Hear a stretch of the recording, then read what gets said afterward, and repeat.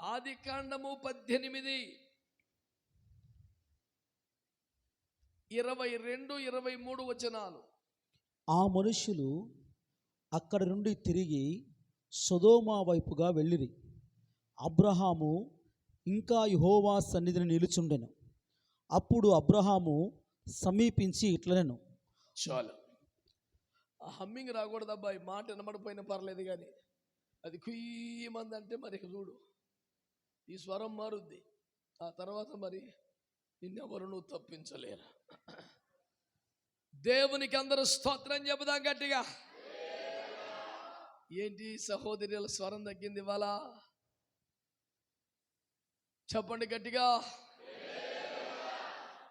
బాబు అడిగింది వాళ్ళని. ఇదేదో అసలు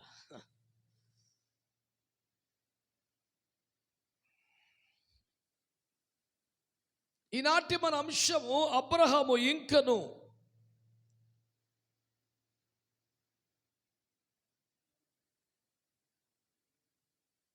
ఆయన సన్నిధిని నిలిచి ఉండెను.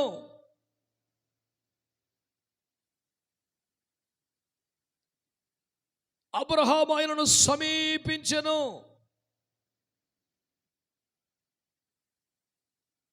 ఈ మాటలు మీ దృష్టికి తీసుకొస్తా ఉన్నాను బిడ్డలారా. రాసేసుకునే వాళ్ళందరూ కూడా చక్కగా తలల పైకి నా ముఖం చూస్తూ విని కాస్త ఉపకారం చేయండి. నా వైపు చూస్తూ ఉంటే 4 మాటలు చెప్పాలనే ప్రేరేపణ తలకాయ ఉంచుకొని ఉంటే ఇక ముగించి వెళ్ళిపోవాలనిపిస్తుంది. అది బాధ.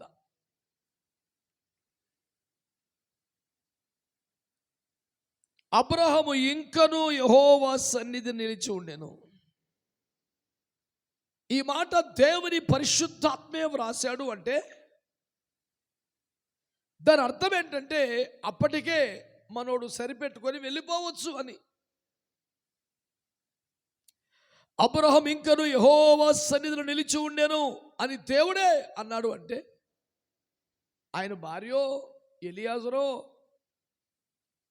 ఇంకెవరన్నా అంటే విసిగిపోయో కనిపెట్టలేకో ఓరు బాబు ఎంతసేపు చేస్తాడు బాబు ప్రార్థన ఇంకా అవదే అని చికాకొచ్చు అయ్యి ఉండొచ్చు.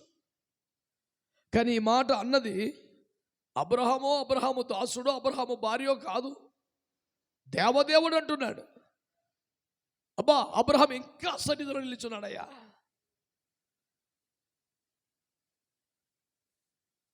అంటే ఆ పాటికి ముగించి వెళ్ళిపోయినా దేవుడు ఏమి అన్నాడన్నమాట. దేవుడు సంతృప్తి పడ్డాడన్నమాట. ఓకే చాలు, వెరీ గుడ్ అని దేవుడు అన్నాడు అన్నమాట. అంటే దేవుణ్ణి సంతృప్తి పరచగలిగిన ఒక విజ్ఞాపన ప్రార్థన అనుభవానికి వచ్చిన తర్వాత కూడా అబ్రహాము ఇంకను యెహోవా సన్నిధిలో నిలిచి ఉన్నాడు. దేవుని బిడ్డలారా, we are focusing on the peaks of the intercession. In another words, the pinnacle point of the mountain called intercession. విజ్ఞాపన అనేది ఒక పర్వతం అయితే దాని పై స్థానం, పై అంచు, శిఖరమానమైన స్థానం, చేరాలనే ఆశ కలిగిన ధ్యానం ఇది. మరో కోణంలో మనము చూస్తే ఇంకా అనడానికి కారణం ఏంటంటే అబ్రహాము పుట్టడు దుఃఖముతో వేదనతో ఉన్న సమయం అది.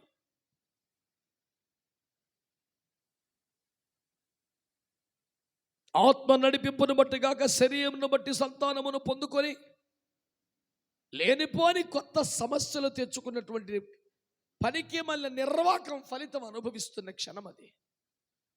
దేవుని వద్దకు బాధ చెప్పుకోవడానికి వెళ్తే నా దగ్గరికి ఎందుకు వచ్చావు, లావు చెప్పినట్టే చేయి అని దేవుడు తిప్పి పంపిన కఠినమైన గడియలవి.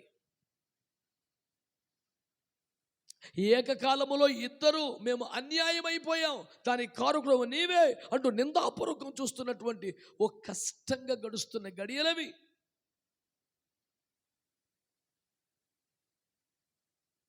రాజులే తన ఎదుట చేతుల్ని కట్టుకుని నిలబడుతున్నటువంటి కాలంలో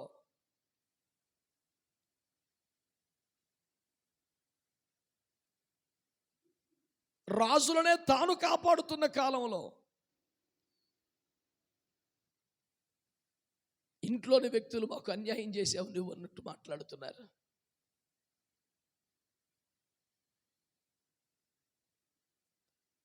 నీకు మేలు చేసి తప్పు చేశానని శారమ్మ నీ మాటకు లోబడి ఈ దరిద్రం తెచ్చుకున్నా నేను అని హాగరు. చెరొక వైపు నుంచి శోకమూర్తులై కూర్చొని ఉంటే దిక్కు తోచక ఎండవేళ గుడారపు ద్వారం దగ్గర కూర్చొని చాలా విషాద వదనంతో ఉన్నవాడు అబ్రాం. అలాంటి గడియలో దేవాది దేవుడు అతనికి ప్రత్యక్షమయ్యాడు. అవును కదా, దేవుడే కనపడితే, దేవుడే దర్శనమిస్తే, దేవుడే మన కళ్ళ ముందుకు వస్తే బాధలు దుఃఖాలు యేసు రక్తం వెజ్జయి మాయమైపోవా. పుట్టెడు దుఃఖంతో మోకరించాం, మనలో మన మాట బోల్డ్ 100 ప్రశ్నలతో మోకరించాం.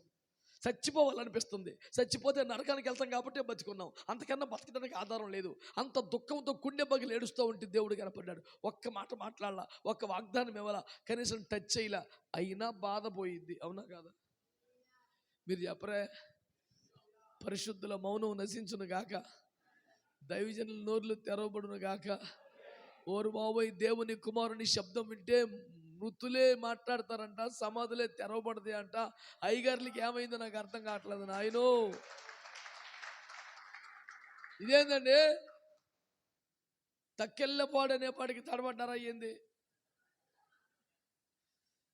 నేను ఆ చివరి నుంచి తక్కిడి ఎక్కడున్నదో ఎత్తుకొని చూస్తున్నా, రోడ్డే తక్కిడ ఎట్ట పాడేస్తుంది. ఇదే నా తక్కిడి అనుకోవడం.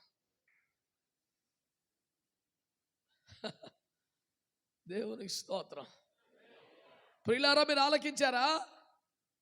దేవుడు ఒక్కసారి కనబడితే అబ్బా, ప్రభు మొర వినవా, నీ కొరకే నే వెదకేను దేవా, నాకు ఒకసారి కనిపించరావా అన్న పాట మీకు ఎదిగితే దాని మజా మీకు అర్థమైంది. మా చిన్నతనంలో, యవన కాలంలో, సేవారంభంలో మమ్మీ ఆ పాట అందుకుంటే సంఘమంతా ఏకీపిస్తుంటే నేను ఒక మూల కూర్చొని డ్రమ్ము కొడుతుంటే ఆల్రెడీ పరలోకంలో ఉన్నామన్న ఫీలింగ్ ఉండేది. పాట అయిపోతే, ప్రార్థన అయిపోతే ఇంటికి బాబుద్ది అయ్యేది కాదు.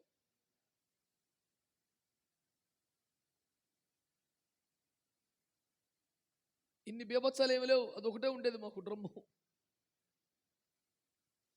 అమాయకమైన డ్రమ్ము, అమాయకమైన వాయిద్యకారుడు. అసలు కూటమి అమాయకంగా ఉండేది కాదు. మైనస్ ఇంటూ మైనస్ ప్లస్ లాగా 2 అమాయకాలు ఈజ్ ఈక్వల్ టు బీభత్సం.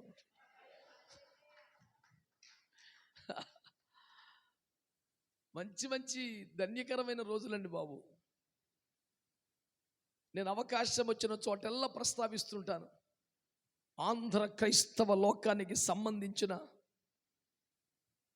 కీర్తనల పరంగా, సంగీతం పరంగా, సువార్త గీతాల పరంగా, ఆరాధన గీతాల పరంగా ఒక స్వర్ణయుగం నడిచింది అంటే అదేంటి తెలిసిన? ఏకకాలంలో ఒకే వేదికల మీద ఒకే కాలంలో ఏసన్న గారు, రాజ్బాబు గారు, అంశుమతి మేరక్క ముగ్గురు కలిసి పాడిన సందర్భాలు ఉన్నాయా? అది మన తెలుగు క్రైస్తవ్యానికి ఒక స్వర్ణయుగం. మళ్ళీ అలాంటి అభిషక్త త్రయాన్ని ఒకే వేదిక మీద చూస్తామనే ఆశ తప్ప నమ్మకం కనపడిన పరిస్థితులు ఈ రోజుల్లో ఉన్నాయి. ఒక్క పాటలోనే 3 సింగర్స్ పాడితే కూడా 3 ఊర్లో పాడి పంపించేస్తే అతికించుకునే పనే ఉంది. ఇప్పుడు నా లైన్ నేను పాడాలా, ఆ లైన్ ఆడు పాడుతుంది, అన్ని ఏరుకొచ్చాడు కలుపుకుంటామే. అందులో ఏ క్లాస్ అయినా సరే 500 టన్నులు మోసే బ్రిడ్జి కూడా ఆడాడో వేసి తీసుకొచ్చి అచ్చికెత్తుంటే టెక్నాలజీ పాడుగాను, సెంటరింగ్ లేదయ్యా, మోపులు లేవయ్యా, స్లాబ్ పోసేది లేవయ్యే, అన్నీ ఏరుకొచ్చి తగిలించుకునేయే. ఈ దరిద్రం వల్ల ఇప్పుడు ప్రసంగాలకు వచ్చి పడిపోయింది. అందులో ఒక మొక్క, ఇందులో ఒక మొక్క తెచ్చి వీడి కలిపి ఆదివారం కొడుతుంటే శ్వాసుల్ని ఉన్నారు గింబోయి ఏలేవు బాధలు పడి వీళ్ళు గుడముక్కలు కొనుక్కోవడానికి కొబ్బరి నూనెకి మళ్ళీ పోతున్నారు. ప్రభు అందరినీ స్వస్థపరచును గాక. హల్లెలూయా. సత్యమైంది బహు దూరముగాను బహు లోతుగాను ఉంటుందని బైబిల్లో ఉంది. నేను దానికి ఒక యాడ్ చేశా, బహు చేదుగాను ఉంటుందని. తప్పు అయితే నన్ను క్షమించును గాక. నేను అనిపించింది చెప్తున్నాను మీకు. సత్యమైనది బహు దూరముగాను బహు లోతుగాను ఉంటుంది. మనం కలుపుకున్నది ఏంటంటే చేదుగా కూడా. అసలు మింగుడు పడట్లా. ఎవడికి నిజం చెప్తే తట్టుకోలేడు. ఆడితో మనకి స్నేహబంధం కొనసాగాలంటే పచ్చి అబద్ధం చెప్తే నడుతుంది. అసలు నీ ఎవరం బాగోలేదురా, నువ్వు పాడైపోతావంటే ఆ రోజుతో స్నేహం పోయిందే. నీకు మించినోడు ఇప్పుడు రా, అసలు నువ్వే కరెక్ట్ అంటే నడుచుద్ది. సంఘమునకు సత్యము స్తంభముగా ఉండాలి. సత్యమునకు సంఘము స్తంభంగా ఉండాలి. ఇంటర్ డిపెండెన్సీ రెండు కూడా. కానీ ఇప్పుడు ఏమైంది? సంఘమునకు ఆలవాలంగా అబద్ధం మారిపోతుంది. దరిద్రం. అబద్ధం చెప్పినోడికే పై చేయి. అబద్ధం చెప్తేనే నడుస్తుంది బండి. అబద్ధం చెప్తేనే వెనకాల తిరుగుతారు. అబద్ధం చెప్తేనే 10 రూపాయలు ఇస్తారు. కానీ దైవజనులు ప్రవక్తల చేయల. రాజు చిరంజీవి అగునుగాక అని చెప్పాల్సిన మర్యాదలు కాలదని నువ్వు చచ్చిపోతావని చెప్పాడు యెషయా. ఒక రాజుగారు వస్తే కూర్చొని పొలమని ఏడిచేస్తున్నాడు ఎలీషా. ఎందుకలా ఏడుస్తున్నాడు? ఏం లేదులయ్యా అనొచ్చు. రాబోయే కాలములో నువ్వు దేవుని ప్రజలకు కీడు చేయబోతున్నావు, అది చూసిన ఏడుపు రాదని అడుగుతున్నాడు. అడిగి మెంటలో వచ్చేసింది. నిజం చెప్తే కష్టం సార్, బండి లాగదో. నిజం చెప్తే పరిచర్య ఎదరికి వెళ్దాం, అబద్ధం చెప్తే మనమే ఎదరికి వెళ్దాం. ఎట్ట చేద్దాం ఇప్పుడు? నిజం చెప్తే పరిచర్య ఎదరికి వెళ్దాం, అబద్ధం చెప్తే మనమే ఎదరికి వెళ్ళాం. అసలు ఇప్పుడేం చేద్దాం? నేను నరకానికి వెళ్ళినా పర్లేదు కదా, మినిస్ట్రీ ఒక రేంజ్లో ఉండాలని దీన్ని పైకెత్తడానికి మనం పోదాం పాతాళానికి. ఇదేందండి తిరుపతిలో? నేను గతంలో ప్రసంగం చేశాను, గుర్తుందా? నీకు పరిశుద్ధత ముఖ్యమా పరువు ముఖ్యమని? గుర్తుందా? మర్చిపోయారా? అరే నాయనో, అమ్మో మీరేంట్రా ఎంతమంది ఉన్నారుగా తెల్లగా? చెప్పరే, చెప్పండి. యోసేపు పరువు పోయింది, కానీ ఏం పోలా?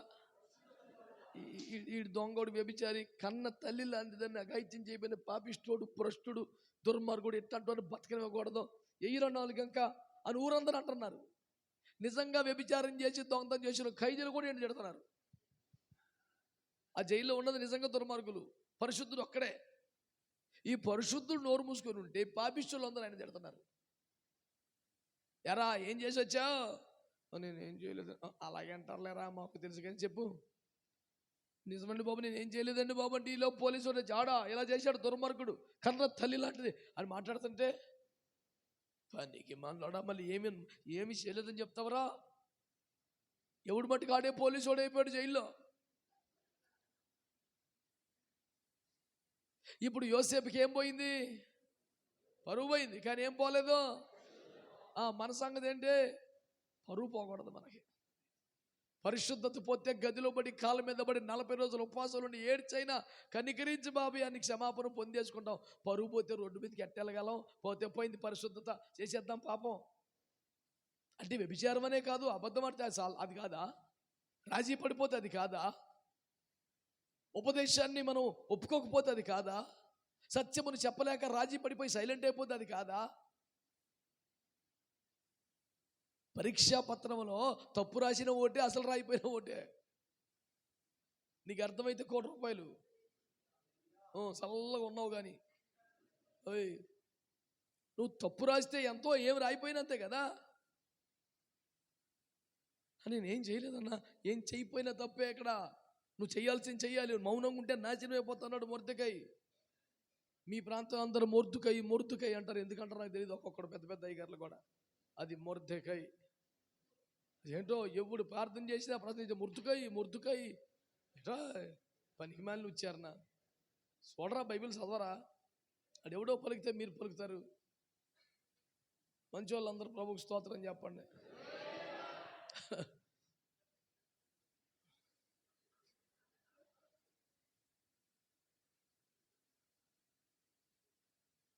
కాకినాడ తమ్ముడు వెలుసున్నాడు, అన్నీ ఎందుకని వదిలేయచ్చు కదా నువ్వు అంటాడు. పత్తిది ఎందుకని అంటే, నా పని మీద నన్ను పుట్టాడేమో యేసులో అనుకున్నాను, వదిలేనరా.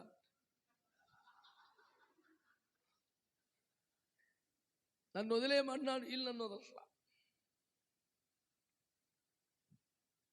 అందరికి వందనాలు చెప్పరా. రాను రాను ఎంత కఠినమైపోయారేంటయా. చూడండి, మా పిల్లగాలు వందనాలు చెప్పినా చెప్తలేదు, ఇంత కఠినమైపోయారు ఏందండి. దేవుని స్తోత్రం చెప్పండి. అబ్రహాము ఇంకను, నా పాయింట్ ఏంటంటే ఇంకను అంటే అంత దుఃఖములో, కష్టములో, శ్రమలో ఉండగా దేవుడు ప్రత్యక్షమయ్యాడు. సాటిస్ఫై అయిద్దా అవదా? కొంచెం నెమ్మది అవుద్దా లేదా? దేవునికి స్తోత్రం కలుగునుగా. నేను ఇంకో రూట్లో చెప్పనా, దేవుడు దిగొచ్చి జుట్టు పట్టుకొని చెంపలు వాయించి పనికి మళ్ళీ చేస్తున్నా గాడిదా, నీకేం చెప్పానురా, ఏం చేస్తున్నావురా అని 4 పీకితే కూడా సాటిస్ఫాక్షన్ ఉంటుంది. వరమే ఇచ్చే అక్కర్లేదు, ఆశీర్వాదాలు ఇచ్చాకలా చాలా. నా దేవుడు దిగి వచ్చి నన్ను దర్శించి నన్ను శుద్ధీకరించాడు. హల్లెలూయా. అవునా కాదా? సాటిస్ఫాక్షన్ రావాలంటే వరాలు ఇస్తేనే కాదుగా, ఆయన వస్తే చాలండి. ఏమి మాట్లాడకుండా చిరునవ్వుతో చూసి వెళ్ళిపోయినా చాలు. అలాంటి దిగివచ్చి మాట ముచ్చట మాట్లాడితే ఎట్లుంటుంది? మాట్లాడతలేదు మీరు, ఎవరు కడికేసేపు సరదాగా మాట్లాడుకుందాం, మీరు అలా బీసిపోతారేంటి? దేవుని స్తోత్రం. వచ్చాడు, సాష్టాంగ పడిపోయి ఆరాధన చేశాడు, యాక్సెప్ట్ చేశాడు, ఓకేనా? ఆ తర్వాత ఏమన్నాడు? అయ్యా ఈ చెట్టు కింద కూర్చోండి. ఎంత పెద్ద మర్యాద చేసావు బాబా. దేవదేవుడు, త్రియేక దేవుడు దిగువద్దు, నువ్వు చేసింది ఏంటి? కొంచెము సేపు ఈ చెట్టు కింద అలసట తీర్చుకున్నాడు. రాచ మర్యాదలు చేశావు. ఆ బాబుకున్నది గుడిసె, అందులో ఆడమనిషి, కొంతమంది పిల్లలు ఉన్నారు. దేవుడు దిగుద్ది ఎక్కడ కూర్చోబెడతాడా? చెట్టు కింద కూర్చోబెట్టాడు. ఏమనుకొనిచున్నావు, నన్ను చెట్టు కింద కూర్చోమందావని నీ అహంకారం మనసించనుగాక అనలేదని. సర్లే నాన్న కూర్చున్నాడు. మళ్ళీ దానికి రూల్స్, కాలు కడుక్కోమన్నాడు, కడుక్కున్నాను. ఈ మనిషికి అంత పద్ధతి, రూల్స్. ఎడతబట్ట ఆయన దేవదేవుడు వచ్చాడు, నీకు తెలుసు, అర్థమైంది. సాష్టాంగ పడి నువ్వు ఆరాధన ఇన్ని చేసినోడు కాలు కడుక్కోమని చెప్పాలా? ఇక ఎందుకు రా ఇవన్నీ? కొన్ని క్రమాలకు అలవాటు అయిపోయినాడు, క్రమంగా ఉంటాడు. సార్ మీరు చేదస్తాం అనుకుంటారు, ఏం చెప్పమంటారు నన్ను? ఎంత పెద్దోడు దేవుడు ఎత్త కూడా కాలు కడుక్కోండి అన్నాడు. అంటే ఆయన ఎవరో తెలియక అట్టుందా లేదని చూస్తున్నాడు రాజశేఖరం. బైబిల్ కాలేజీ వాడు కదా, చిన్నది ఉంటుంది. అయ్యా చూసిన పిల్లడు జాగ్రత్తగా ఉండాలి. ప్రసంగాలు చేసినప్పుడు మీరు వాక్యం చెప్తున్న కోటలు రాజశేఖర్ ఉన్నప్పుడు కొంచెం జాగ్రత్తగా చెప్పండి, పట్టుకుంటాడు. కాకపోతే నేను కొంచెం లావు కదా, నన్ను పట్టుకోలేకపోయాడు. నీకు దొరికే అంత బక్కోని అవ్వలేదు, ఏసు రక్తం ఇచ్చి. స్తోత్రం చెప్పండి. హల్లెలూయా కదా. ఏమన్నాడు? కాళ్ళు కడుక్కునుడి, ఆ చెట్టు కిందంట కొంచెం సేపు అలసట తీర్చుకున్నాడు. నువ్వు చేసిన ఏర్పాట్లకి, నువ్వు వేసిన సోఫాకి, నువ్వు పెట్టిన ఏసీకి, వేసిన మంచానికి ఏం చేయాలంట? అది అతని ప్రేమని, ఒకలాంటి గౌరవంతో కూడిన ఆతిథ్యంతో కూడిన కంగారని, అతని మనస్సు నిండా మన పట్ల అభిమానం తప్ప ఏదో కంగారుగా మాట్లాడుతాడు తప్ప ఇంకో రకం కాదని, హృదయాంతరంగములు రహస్యములు ఎరిగిన దేవుడు కనుక లోపల మురిసిపోతా కాలు కొడుకోమంటే కడుకున్నాడు, కూర్చోమంటే కూర్చుంటున్నాడు. ఇంకొక ఇంతలో మందు పాత్ర పిలిచాడు. అబ్బగా వంట చేసి పెడతాను, భోంచేసి వెళ్ళండి, అందుకే కదా వచ్చారన్నాడు. ఇప్పుడు చౌడయ్య గారు మన అందరికీ పెడతారు, తిండి పెడతారు. అందులో జనానికి పెట్టిన చెయ్యి డోకా లేదు, ఓకే. ఆయన ఆహ్వానం మేరకే వచ్చాము, ఆతిథ్యం ఇస్తే తీసుకుంటాం, కానీ అందుకే కదా వచ్చావు, తిను అన్నాడు. తింటామా? అయ్యా నేను ఉపవాసం అయ్యా, ఎలా దండం పెట్టి వెళ్ళిపోతాం. ఇక అట్టంటే ఎవరు తింటారండి? అబ్రాహాం అన్నాడు, త్వరగా భోజనం సిద్ధం చేస్తాను, తినేసి వెళ్ళండి, అందుకే కదా వచ్చారంటే. నిజంగా వాళ్ళు భోజనానికే పిలిస్తే, భోజనానికే వస్తే కూడా అట్టన్నందుకు నువ్వొద్దు, నీ భోజనం వద్దని ఎవడు వెళ్ళపోయినా నేనైతే పోతా. అందులో యథార్థం చెప్పాలి కదా. ఇందుకే కదా వచ్చావు, తిను అంటే నేను ఎట్లా తింటాయిక? నా దేవుడు తిన్నాడు. అది కూడా వెయిట్ చేసి వంట అయ్యేదాకా ఉండి. అంటే ప్రేమ ఒక్కటే ప్రధానం అండి. ఈ ప్రోటోకాలు, వాడిన భాష, వేసిన కుర్చీ ఏం కాదు. ఆ భక్తుడికి నా మీద ప్రేమ ఉంది. నా పట్ల ఒక ఆరాధన భావం ఉంది, నా పట్ల ఒక గౌరవం ఉంది, నా పట్ల ఒక కృతజ్ఞత ఉంది, నేను ఇంటికి వచ్చానని ఒక ఆనందం ఉంది. అది ఏదో చేయిపోయి కంగారు పడి ఏదో మాట్లాడతాడు, పోనే తప్పే ఆ డైలాగ్ యాక్చువల్గా. కావాలని కాదులే పాప, కంగారు లేదు అంటాడు. ఎంత ప్రేమ గల దేవుడు అండి. ఇప్పుడు చెప్పండి, అబ్రాహాం గారు సాటిస్ఫై అవ్వాల్సిన పాయింట్లా కాదు ఇవన్నీ. ఇప్పుడు ఇస్సాకుని మళ్ళీ ఏర్పరిచిన కత్తి పైకి ఎత్తినప్పుడు దిగొచ్చాడంటే శబాష్, తగిన పాయింట్ ఉంది. ఇప్పుడు ఎందుకు వచ్చాడు? నీకు అంపుగా వచ్చి నిన్ను దర్శించి నిన్ను దీవించి వధించబడ్డ కళేబరముల మధ్యలో స్వయముగా తాను నడిచి నిబంధన సంతకం తాను పెట్టి నీకు స్థిరమైన వాగ్దానం చేసి ఇన్ని రకాలు చేతి ఇంటికి వెళ్ళి పనికి మళ్ళీ కొంపటెట్టావు కదా. నువ్వు చేసిన నిర్వాహకానికి మళ్ళీ నీకు అంపక రావాలా, నిన్ను దర్శించాలా? 15 అధ్యాయం వచ్చానుగా, నీ గుడిసెలోకి వచ్చానుగా, చేయబట్టుకు బయట తెచ్చానుగా, నిబంధనలో నిలబడ్డానుగా, ఇన్ని చేస్తే నువ్వు సాధించింది అంటే చేసింది పనికి మళ్ళీ పని. శరీరమును బట్టి సంపాదించే ఒకడిని, నువ్వు ఆత్మను బట్టి సంపాదించేవాడు కూడా నేను కోరుకున్నాను. కానీ నువ్వు చేసింది అంటే అట్టయితే నీకు గొప్పకి రాకూడదు అసలు. నేను అయినా వచ్చావు, సాటిస్ఫై అయిపోవాలా. నీ ఆరాధన యాక్సెప్ట్ చేశాడు, సూపరో. నీ తెంగర మాటలు ఒప్పుకున్నాడు, ఇంకా సూపరో. నువ్వు సిద్ధపరిచిన పదార్థాలన్నీ తిన్నాడు, ఇంకా సూపరో. అంటే అబ్రహాము సాటిస్ఫై అవ్వడానికి సరిపడా పాయింట్లు ఉన్నాయా లేవా? ఖచ్చితంగా తృప్తి పడిపోవాలా, సాలుబావి బతుకు కనిపించాలా. ఇన్ని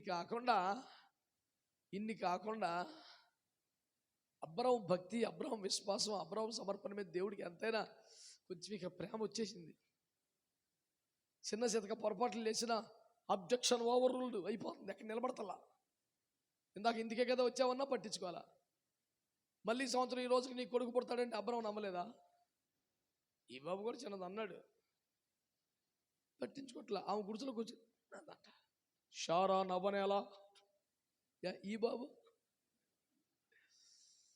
నేనంటాను, హృదయం కరెక్ట్గా ఉంటే, సమర్పణ కరెక్ట్గా ఉంటే, ఏదో తెలుసో తెలియకో కంగారులో చిన్న చిత్తగా పొరపాట్లు వచ్చినా వెళ్ళిపోద్ది బండి. ఇది ఒక్కటి కరెక్ట్ లేకుండా మంచి మంచి పదాలు ఆచితూచి కష్టపడి రాసుకొచ్చి చదివినా ఏముండదు. ఆది మధ్యంతర రహితుడో ఓ త్రికోలజ్ఞ ఏమి వెళ్ళదు. ఇదే కవి సమ్మేళనం కాదు కదా, మంచి మంచి పదాలు పడితే వాహవా అంటాకి. ఇది ఇక్కడ తేడాగుండి ఎన్ని వాడినా సుఖలేదు. ఇది కరెక్ట్గా ఉండి గబుక్కున ఆయన రేంజ్కి తగ్గట్టుగా మాట్లాడలేకపోయినా వాళ్ళే అది రేపు నేర్చుకుంటాలే అని అడ్జస్ట్ అయిపోతాడు. అంత ప్రేమ గలడు. ఇది కరెక్ట్ అని కాదు, పోన్లే రేపు రేపు నేర్చుకుంటాడు పిల్లోడు, పర్లేదులే, పుడితేనే నడుస్తాడు ఎవడన్నా, రేపు నడుస్తాడులే అని ఆయన కవర్ చేసుకొచ్చేస్తాడు. అసలు కవరింగ్లో ఆయనకి మించినోడు భూమి మీద ఎవడున్నాడు? లేకపోతే పోయిన పాపిస్తోడు ఇంటికి వస్తే నా కుమారుడు చచ్చిపోయి బతికాడు బాబాయ్ని ముద్దులెట్టేస్తున్నాడు. ఆడు చచ్చిపోయి బతికాడా? మనస్సాక్షిని చంపుకొని తిరిగాడు, తప్పిపోయి దొరికాడా? తప్పించుకొని తిరిగాడు, పరువు తీసేసాడు, ఆస్తిని పాడు చేశాడు, పందిలో పంది అయిపోయాడు, పందికప్పు వచ్చేస్తున్నాడు, స్నానం కూడా చేయలేదాడు, మేడ మీద కూడా ముద్దెట్టేస్తున్నాడు. ఆడికి ముద్దెట్టేస్తున్నావు ఏంట? తప్పిపోయి దొరికాడు ఏంటది? ఆయనకన్నా కవర్ చేయటం ఇంకెవ్వడి వల్ల కాదు. చచ్చిపోయి బతికితే శుభ్రంగా వెళ్ళకుంటాడు, పేద వస్తువులు కాకపోతే. ఇప్పుడే బతికాడు. ఈ మాట పన్నెవాడు, ఇంకా అంతకన్నా ఎవడు కవర్ చేయలేడు ఎవడిని. ఒక మహా వ్యాఖ్యానకర్త రాశాడు, పరుగెత్తుకొని ఎదురెళ్ళి ఎందుకు మెడ మీద పడి ముద్దు పెట్టాడంటే సరైన వస్త్రధారణ లేదు, వాడు సిగ్గు కప్పడానికి అలా చేశాడని చెప్పాడు.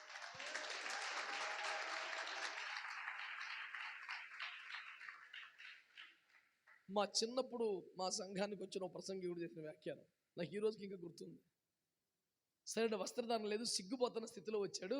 అరే పని వాళ్ళందరూ చూస్తారని పరిగెత్తికి వెళ్ళిపోయి మీద పడి అన్నట్టు కవర్ చేశాడు. ప్రశస్త సూత్రంగా తీసుకురా, అది తీసిరా, ఇది తీసిరా అని కవర్ చేస్తున్నాడు.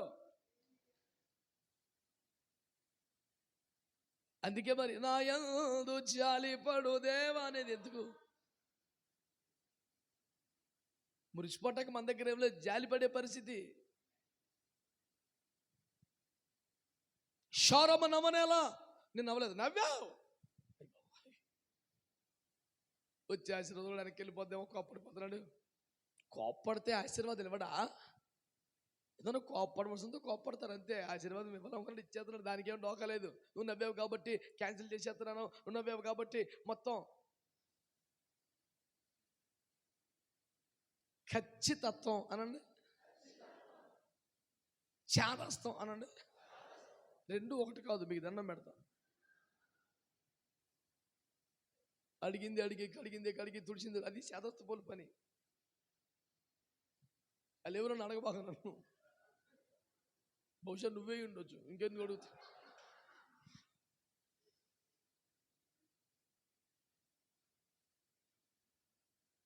పర్టికులారిటీ వేలు, ఆర్థోడాక్స్ సిస్టమ్ వేరు. మీదటికి ఈ దినాన నీ ఒడిలో కొడుకుంటాడని చెప్పాడు. సంతానము కలుగజేస్తారనే వాగ్దానం ఎప్పటి నుంచో ఉన్నా 25 ఏళ్ళ బట్టి ఈ ట్రిప్పులోనే డేట్ చెప్పాడు. మళ్ళీ ఈరోజు పక్కా చూసుకోవాలి. ఇంత జరిగాక అబ్రాం ఏం చేయాలి? అది ఇదంతా చెప్తా పాయింట్. అది ఎగిరి గంతేసి, చాలయ్యా నాకు చాలయ్యా అల్లెల్లుయ్యో అని ఎగిరి గంతులేసి స్వీట్లు పంచిపెట్టి ఊరందరు గారా, నేను అబ్రాం కాదు అబ్రహం అంటే ఎట్టకరమన్నారుగా, డేట్ వచ్చింది చూసుకో డేట్ అని ఊరంతా తిరగాలి స్వీట్లు పంచి. ఇంకా ఉన్నాడు అక్కడే. అప్పుడు ఏమన్నాడంటే, నానా నేను చేయబోనది నా స్నేహితులు లాంటి నీకు చెప్పకుండా ఉంటానా, నీకు మాట చెప్తాను రా అన్నాడు. చెప్పండి అన్నాడు. ఇట్లా సొదొమకి వెళ్తానంటే చేయబోతున్నాను అన్నాడు. సొదొమక ఓకే, అప్పుడైనా పోవాలిగా. ఈయనకి రావాల్సినవన్నీ అంగీకారం, క్షమాపణ, ఆశీర్వాదం, డేట్ అన్నీ వచ్చేసినాయి ఈయనకి. ఇప్పుడు IFJలో చూడండి, ఎవరికైనా డేట్ దొరికితే మళ్ళీ కనపడతలేదు. ఆ డేట్ వచ్చిన దాకా దేవునికి స్తోత్రం. అయ్యా ఆ తారీఖుని వస్తే మళ్ళీ తుప్పగుండుకు దొరకడం. నాకు మతిమరుపు వచ్చేసి మన నిజమే కానీ కొందరిని మర్చిపోవట్లేదు. అయ్యో అన్నీ రాసుకున్నా.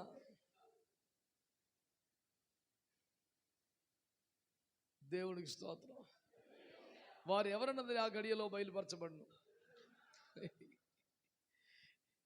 వారు ఎవరయ్యుందురబ్బా అని మీరు ఆలోచించుకోండి, అది ఆ గడియలో బయలుపరచబడు. దేవుడికి స్తోత్రం. ఇన్ని రకాలుగా తనకి వాగ్దానాలు, ఆశీర్వాదాలు అన్నీ వచ్చేసరికి ఇంకెందుకుంటున్నాడు సార్? నువ్వు కాదురా బాబు, దేవుడే ఆనందపడిపోయి అతను ఇంకా ఇక్కడే ఉన్నాడు అని చెప్తున్నాడు. నువ్వు నేను మురిసిపోవటం కదా, ఆయనే మురిసిపోతుంటే అబ్రాహాము ఇంకను ఉన్నాడా. యాక్చువల్గా ఈ పాటికి వెళ్ళిపోవాలి. అయ్యా నీ కృప కొందనం, నీ ప్రేమ కొందనం, నీ కనికరం కొందనం, నీ కార్యాలు కొందనం, వాగ్దానం కొందనం, హల్లెలూయా నేను వెళ్ళొస్తాను, మరి దోళ్ళ గడ్డియాల కొంచెం పరిచర్యలు ఉన్నాయి అని వెళ్ళిపోతాడు. ఎవడైనా ఇంకా ఉన్నాడంట. ఇంకా ఉండటం కాదు, ఇన్ని బాధల్లో, కష్టాల్లో, ఇబ్బందుల్లో చెట్టు కింద దూరంగా నిలబడ్డ అబ్రాహాము ఇప్పుడు యెహోవాను సమీపించాడు. కష్టములో, శ్రమలో, దుఃఖములో, అవమానములో, ఇబ్బందిలో ఆయనకి దగ్గరయ్యే వల్ల మనం చూసాం. అన్ని విధాల ఆశీర్వదించబడిన తర్వాత ఆయనకి దగ్గర అవటం అబ్రాహాం దగ్గర నేర్చుకోవాలి మనం. ఎంత అద్భుతమైన సాదృశ్యం. ఆతిథ్యం ఇస్తున్నప్పుడు కూడా దూరాన్ని నిలబడి చూసినవాడు, తనకు దర్శనమిచ్చినాడు, సాష్టాంగ దండ ప్రమాణం చేసినవాడు, తనకు అన్ని రకాల ఆశీర్వాదాలు ఇచ్చేసిన తర్వాత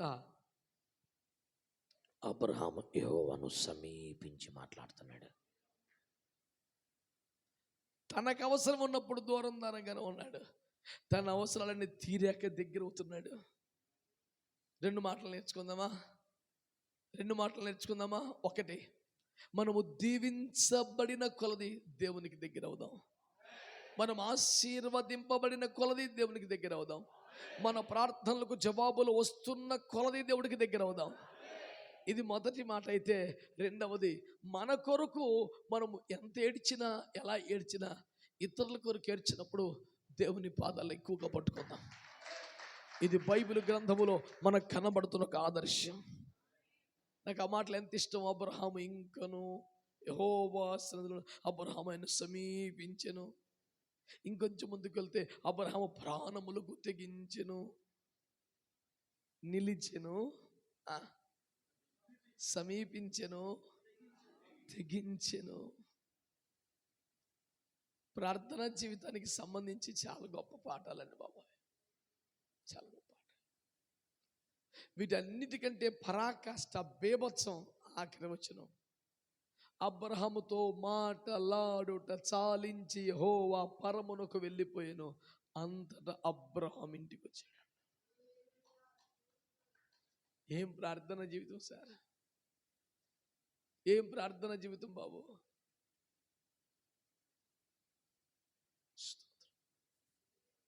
హల్లెలూయా.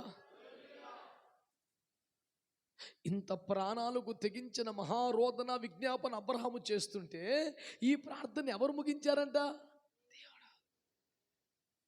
ఇంత జరిగిన ఆయన ముగించట్లా, ఇంకా ఇంకా ఇంకా అక్కడే ఉన్నాడు, ఇంకా ఏడుతున్నాడు, ఇంకా చేస్తున్నాడు. దేవుడే ముగించి చాలేనారా. అంతటా యెహోవా అబ్రాముతో మాటలాడుట చాలించి పరలోకముకు తిరిగి వెళ్ళిపోయాను. ఇంత బీభత్సమైన ప్రార్థనని ఎవరు ముగించారు?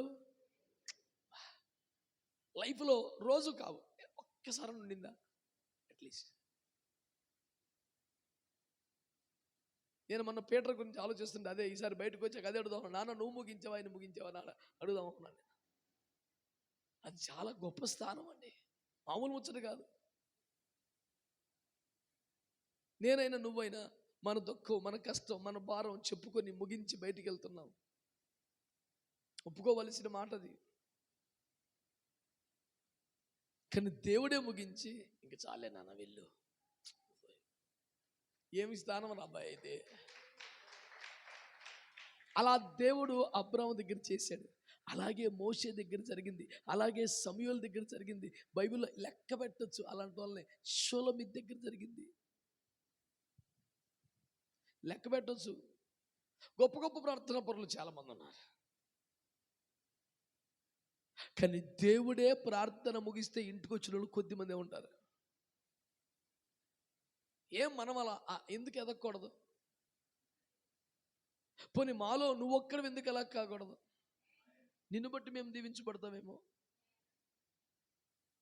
మూకుమ్మడిగా అందరం కాకపోతే నువ్వెందుకు కాకూడదు మా పక్షంగా? ఏ తప్ప? నువ్వు మాకంటే ఒక అడుగు ముందెళ్తే తప్ప, మాకంటూ ఒక మెట్టు పైనుంటే తప్ప మేమేమో అసూయపడే వాళ్ళం కాదే. నిన్ను బట్టి సంతోషపడతాం. మేము నీళ్లు పోసిన మొక్కే మాకు నీడిచ్చిందని ఆనందపడతాం. ఎందుకు బాధపడతాడు రైతు? మేము మెంచుకున్న మొక్కే మాకు కాయలు ఇచ్చిందని ఆనందపడతాడు రైతు. ఎందుకు ఏడుస్తాడు రైతు? 10 ఏళ్లుగా మీకు పరిచయం చేస్తున్న నేను కూడా ఒకవేళ మీరే నా పరిచర్యకు దీవెనగా మారితే సంతోషపడతాం, కానీ అసూయపడతామా? ఆనందం అనిపిస్తుంది. ప్రయోజనకరంగా మారారు బాబు చాలు. రాళ్ళు తవ్వాను, నీళ్లు పోసాను, ఎరువు వేసాను, ఈరోజు నాకు నీడనిచ్చింది, ఒక కాయ ఇచ్చింది. మీలో నేను ఎంతమందిని గురించి ఆ సాక్ష్యం చెప్పగలనో మీకే తెలుసు జవాబు. చేతులు ఎత్తాల్సిన పాయింట్ కాదు ఇది. కొంచెం ఆలోచన చేయండి. దున్నువాడు ఆశతోనే దున్నవలను కదా అని పౌలు గారు చెప్పారు. 10 ఏండ్లుగా కన్నీటి సేద్యం చేస్తున్న మాకు మా చేతులను ఆదుకొనగలిగిన స్థాయిలో మీరు రాగలిగారా? కొంచెం ఆలోచించండి.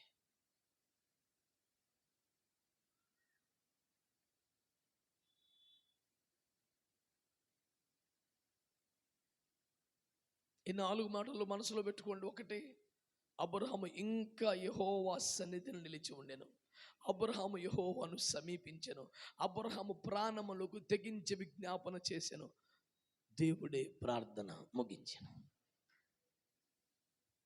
ఒక ప్రార్థనా జీవితానికి సంబంధించి పరాకాష్ట స్థాయి అనుభవం అది.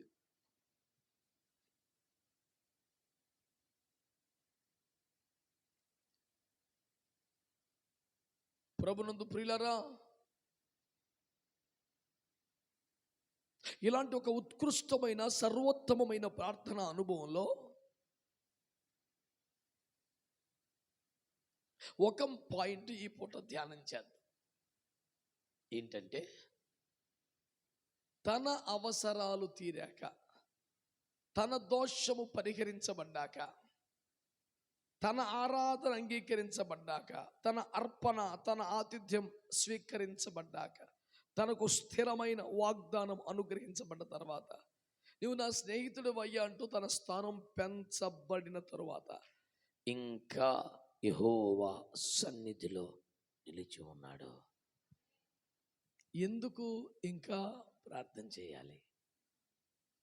మేలు జరిగిందిగా, పని జరిగిందిగా, వాగ్దానం వచ్చిందిగా, ఆనందంగా ముగించి బయటికి రావచ్చుగా, ఇంకా ఎందుకు ప్రార్థన చేయాలి?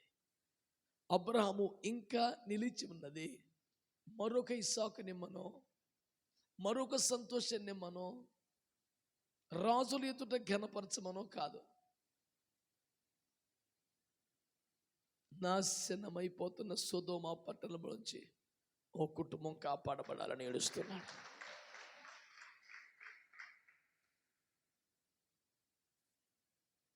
ఇంతటి సమీపమైన ప్రార్థనా జీవితానికి, ఇంతటి ప్రాణాలకు తెగించిన ప్రార్థనా జీవితానికి ఒక్క కుటుంబం రక్షించబడ్డా చాలా. మీరేమి ఫీల్ అవ్వకండి, యథార్థంగా చెప్పండి నాకు జవాబు. ఇంత కష్టం ఏది సాగిల పట్టడం, ఆరాధన చేయటం, ఆతిథ్యం చేయటం, మోకరించడం, ఈ ఈ ఈ తిప్పలు సమీపించడం, ప్రాణాలు తెగించడం, ఇవన్నీ ఉన్నాయి కదా. వీటన్నిటి ఫలితం ఒక్క కుటుంబం రక్షణ అంటే మనం సాటిస్ఫై అవుతాం. యథార్థంగా మాట్లాడదాం. ఇంకో రూట్లో వద్దాం. 100 కిలోమీటర్ల దూరంలో అసలు సంఘాలు, సహవాసాలు, సేవకులు లేని పద్మాసు లంక లాంటి దాంట్లో మన బిడ్డలు ఉన్నారు. ప్రతి ఆదివారం వెళ్ళి ప్రార్థన పెట్టి రాగలమా?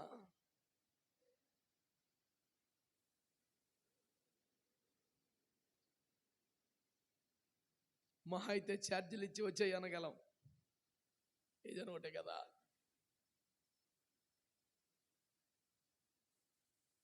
నా పాయింట్, ఒక్క కుటుంబం కోసం మీరు ఎంత ప్రయాసపడగలరు అనేదే.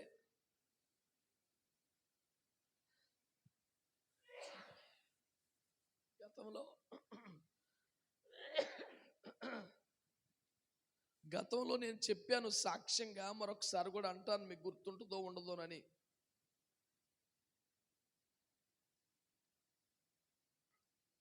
మాకు వివాహమైన కొత్తలో విశాఖపట్నంలో కామవరపు కోటలో నాన్నగారి సేవలో నేనే బాప్తిసం ఇచ్చిన ఒక బిడ్డ, తనకి తన భర్తకి నేనే బాప్తిసం ఇచ్చాను. వారు విశాఖపట్నం ఉద్యోగరీత్యా వచ్చారు. స్టీల్ ప్లాంట్కి ఒక క్వార్టర్స్లోని అద్దుకుంటున్నారు. వారు ఎన్ఏడి కొత్త రోడ్ జంక్షన్లో 104 ఏరియాలో నివాసం ఉంటున్నారు. భార్య, భర్త, ఆవిడ యొక్క తల్లిగారు. ఇలా ముగ్గురు కోసం నేను, మా పాస్టమ్మ 2 సంవత్సరాలు, 2.5 సంవత్సరాలు ప్రతి ఆదివారం ఉదయం 7 గంటలకల్లా వాళ్ళ ఇంటికి వెళ్ళి 7:30 నుంచి 9:30 దాకా వాళ్ళ ఇంట్లో సంఘ ఆరాధన, ఆదివారం భారత్. ఈ ముగ్గురికే మొత్తం స్టీల్ ప్లాంట్లో ఆరాధన అటు జరుగుతుందో అటు జరగాల్సిందే. ప్రారంభ ప్రార్థన అయితేనే, పాటలు అయితేనే, ఆరాధన అయితేనే, వాక్య పరిచర్య, ప్రార్థన, ప్రతిదీ వీళ్ళ ముగ్గురే. ఒక 2.5 సంవత్సరాల పాటు ముగ్గురికి మానకుండా వర్షంలో కూడా, మాకప్పటికి నాకు కానీ మా పాస్టర్ కానీ రెయిన్ కోట్లు లేవు. అప్పటికి తడుస్తానే పోయేవాళ్ళం. ఎట్టొకటి ఆరబెట్టుకొని వాక్యం చెప్పి వచ్చాం, కానీ ఏనాడు వర్షం వస్తుందని ఎగ్గొట్ల. ఇక ఎన్ని చెప్తే మీరు తట్టుకోలేరు, కానీ బోల్డ్ కష్టాల టైం అది. అక్కడ అలా 2 సంవత్సరాలు, 2.5 సంవత్సరాలు మేము కష్టపెడితే ఒక్క కుటుంబం కోసం. నిజానికి మీలాంటి గొప్ప దైవజనులు అయితే 2 సంవత్సరాలు ఒక కుటుంబంలో ప్రార్థన పెడితే ఒక్క కుటుంబం 10 కుటుంబాలు అయింది. నాకేమైంది తెలుసా? 2.5 సంవత్సరాల దగ్గరికి వచ్చాక వాళ్ళు ప్రక్కనే ఉన్న ఒక బ్యాప్టిస్ట్ సంఘానికి మేము వెళ్ళిపోతాం, ఇంక మీరు ప్రతి వారం కష్టపడి రావద్దని మమ్మల్ని మాన్పించేశారు. నేను, నా భార్య చాలా భయంకరమైనటువంటి ఓటమి, అవమాన భారంతో కొన్ని రోజుల పాటు అన్నపానములు మనం ఏడ్చాం. ప్రభా, నమ్మకంగా చేశాం కదయ్యా, బాధ్యతగా చేశాం కదా, నిర్లక్ష్యంగా చేయలేదు. సరైన ఉపవాసంతో, ప్రార్థనతో, శుద్ధీకరణతో సిద్ధపడి వెళ్ళే వాళ్ళం కదా. ఆ ముగ్గురు 30 మంది అవ్వాల్సింది పోయి మమ్మల్ని పొమ్మన్నారు ఏంటయ్యా? 2.5 సంవత్సరాలు మా కష్టం వ్యర్థమైపోయింది ఏంటయ్యా అని బాధపడ్డాం. స్వరము కానీ దర్శనం కానీ ఏమీ లేదు. నమ్ముతారు మీరు? ఆ ఓటమి భారంతో ఎక్కడ తప్పు జరిగిందో అర్థం కాక, మాలో ఏంటి పొరపాటు అర్థం కాక, దేవుడు ఎందుకు ఇలా అనుమతించాడు అర్థం కాక, మేము ఏడ్చిన కాలం 5 సంవత్సరాలు. జవాబు లేదు. అసలు ఏదన్నా మాట్లాడతాడు, ఏదన్నా బయలుపడతాడు, ఎన్ని కార్యాలను జరుగుతున్నాయి అది మాత్రం ఆన్సర్ రాదు, అసలు ఏది ఉండదు. అయినా మోకరితాలు గుర్తొస్తారు. అయ్యా 2.5 సంవత్సరాలు తిరిగామా, ఎట్ట అయిపోయింది ఏంటి? ఈ ఏడుపు ఎటుపోద్ది ఉంటుంది కాల్సిన బాధ. సడన్గా విమాన్ నగర్ పక్కనే, ఇప్పుడు అన్నేడి పక్కనే కదా విమాన్ నగర్, అక్కడ నుంచి ఒక సహోదరులు వచ్చి, అయ్యా మా ఇంటి మీద పైన హాల్ కట్టాము, అన్ని కార్పెట్లు వేసాం, చైర్లు వేసాం, సోఫాలు వేసాం, ఏసీలు వేసాం, అన్నీ అమర్చాం, కరెంటు బిల్లు కూడా ఒక్కర్లేదు, మీరు ఇక్కడ తెచ్చి పెట్టండి అన్న.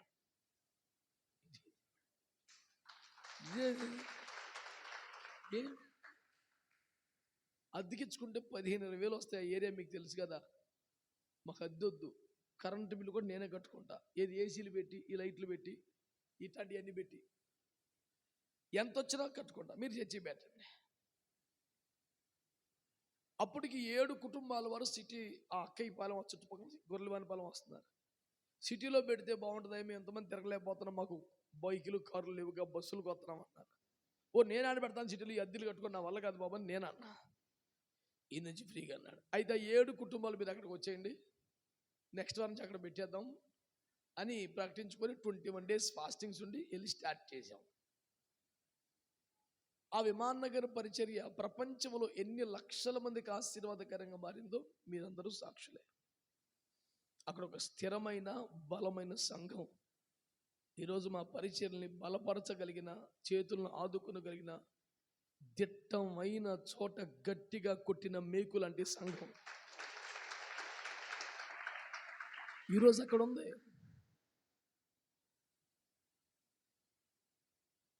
నేను ఎందుకు ఈ మాటలు చెప్తున్నానంటే, మొత్తం 4 చోట్ల జరిగే ఆరాధనలో అత్యంత తక్కువ సమయం గడిపేది విమాన్ నగర్లోనే. మ్యాక్సిమం గంట బాగుంటుంది అక్కడ, అంతే. ఓ 80 నుంచి 100 మంది మధ్యలో వస్తారంతే. కానీ ఈ 2 పెద్ద సంఘాలకి పోటీ వాళ్ళు అన్నిటిలో ఎక్కడ తగ్గే ముచ్చట కాదు. గట్టిగా మాట్లాడితే 2 ఆకులు మేమే ఎక్కువ అంటారు వాళ్ళు. నువ్వే పని అప్పగించు, ఏ పరిచర్యలు నెత్తి మీద పెట్టు, ఈ బలమైన రెండింటికి పోటీ వాళ్ళు. నేను ఎందుకు ఇదంతా చెప్తున్నానంటే, నీ ఆహారము నీళ్ళ మీద వేయము, చాలా దినాల తర్వాత దాన్ని ఫలితాన్ని చూస్తామన్నా. వేసుకుంటూ పోవటమే రా బాబు, మనకి ఎందుకు మిగతా గొడవ? వస్తుంది.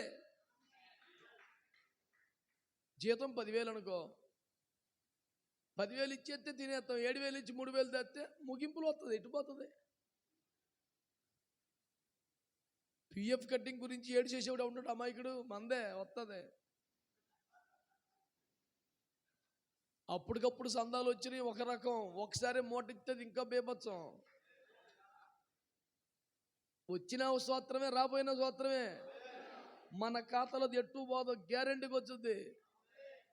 ఇప్పుడు 30 సంవత్సరాలుగా ప్రసంగికుడిగా వాడబడుతున్న, దేశాలు తిరిగిన, మహిమ కలిగిన పరిచర్య సభల్లో చేసిన తర్వాత కూడా నామమాత్రంగానే ఛార్జీలకు ఇచ్చి నన్ను పంపించేసే పరిశుద్ధమైన కన్వీనర్లు బోల్డు మంది ఉన్నారు. చూసేవాడికి కానుక పెద్దదిగా కనపడాలని 50 కాయింతలు ఏరుకొచ్చి మరి పొట్లం కట్టే వాళ్ళు బోల్డు మంది ఉన్నారు. అందులో ఉన్న విషయం ఎవడికి తెలుసు? ఇచ్చినోడికి పుచ్చుకున్నోడికి యేసు ప్రభు తప్ప సంఘస్థులు తెలియదుగా. సంఘస్థులందరూ ఫోటో కేక, అయ్యగారికి సందా ఇద్దాం రా కేకేసుకొచ్చి కవరెట్ట పెడతాడు. తీరా ఫోటో, తీరా ఫేస్బుక్లో పెట్టు. ఎంత ఉంటుంది మూటది? వెళ్తే టోల్ గేట్కి అడిగి సాలవు, దేవునికి స్తోత్రం. పెట్రోల్ బంకు కాదు, టోల్ గేట్కే, దేవునికి స్తోత్రం. అదేంటి ప్రభా ఇంత కష్టపడ్డాం, 3 రోజులు పరిచయం చేసాం, అది ఛార్జీలకు వెళ్ళేది ప్రభా, నువ్వు వాడితో మాట్లాడలేదా నాయన, నువ్వెందుకు మౌనం? ఎందుకని ఈ విషయాలు మనం మాట్లాడలేం కదా. దేవుని స్తోత్రం. దేవుడు ఆడితో మాట్లాడవలసింది తప్ప మనం పేనం పోయినా మాట్లాడే సబ్జెక్ట్ కాదు అది. కారు ఆగిపోతే మెల్లికి జాగ్రత్తగా గంటకొకటి తోసుకుంటూ ఇంటికి వెళ్ళిపోతాం తప్ప అడిగే పరిస్థితి లేదు. ఇంటికి వెళ్ళేపాటికి ఆడు ఎవడో రెడీగా ఉంటాడు, ఇంటి దగ్గర ఎదురు చూస్తూ ఉంటాడు. అవి పొద్దున అనంగా వచ్చానండి బాబు, మీరు ఇంకా రాలేదండి బాబు, బండి అయిపోయింది రా తోసుకొచ్చాం, ఏంటి చెప్పు. ఏం లేదా, యేసుప్రభు నన్ను తోసుకొచ్చాడు, నిద్ర మనెత్తలేదు అంటాడు. యారా ఎందుకు తోసుకొచ్చాడంటే, ఏమోనయ్యా నాకు కల వచ్చింది, మీకు ఇమ్మని చెప్పి వాళ్ళు ₹1,00,000 యాభైలు ఇచ్చిపోతాడు. మనం తిప్పలు పడింది ఎక్కడ, మనం విత్తింది ఎక్కడ, మనం సేద్యం చేసింది ఎక్కడ, మనం కష్టపడింది ఎక్కడ, మనకి పేమెంట్ వచ్చింది ఎక్కడ? ఆయన ఇష్టం. ఓనర్ గారు ఎవరో పొలం గట్టి మీద వచ్చి ఇంటికాడికి వచ్చి తీసుకోమనొచ్చు, లేకపోతే ఇంటికే పంపించవచ్చు జీతగాన్ని ఇచ్చి. కానీ ఒకటి నిజం, ఓనర్ గారు మంచోడు, సమస్య లేదు, అది మాత్రం గ్యారంటీ. అంటే ఇస్తే మంచోడ, ఇవ్వకపోతే కాదనగా. మరి ఇవ్వకపోతే సంవత్సరాల కొద్ది నీళ్ళు తాగి బతకలేదా? జంగారెడ్డి గుడి నుంచి రాజమండ్రి వెళ్తాక లారీకి ₹10 ఇస్తాక లేక ₹5 ఇచ్చి పైన కూర్చొని వెళ్ళేవాడిని. ఎర్రగా ధూళి పట్టేసి ఉండేది. కొవ్వూరు గోష్పాతాలు రేవు దగ్గర దిగి స్నానం చేసి బట్టలు ఉతుక్కొని వేరే బట్టలు వేసుకొని లాంచ్కి ₹2 ఇచ్చి అవతలకి వెళ్ళిపోతే మంచి లాడ్జ్లో దిగి స్నానం చేసి వచ్చాడు అయ్యారంటుండే జనాలకి. స్నానమా పాడ ₹7 జంగాటి నుంచి. అప్పుడు చేయలేదా సేవ? 3 పగళ్ళు 3 రాత్రులు వాక్యం చెప్తే 100 కానీ 150 కానీ ఇచ్చేవాళ్ళు. మళ్ళీ బస్సు ఎక్కితే ₹30 అయిపోతాయి అని, మరి ఇంట్లో బియ్యానికి లేవని మళ్ళీ ₹5 లారీ మీద వచ్చేసేవాళ్ళం కుదురుగా. అది చేయలేదా?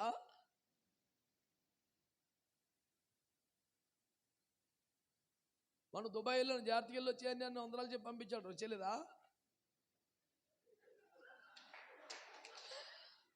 మీరు అనుకుంటారు తెక్కువ మేసి ఉంటాడని.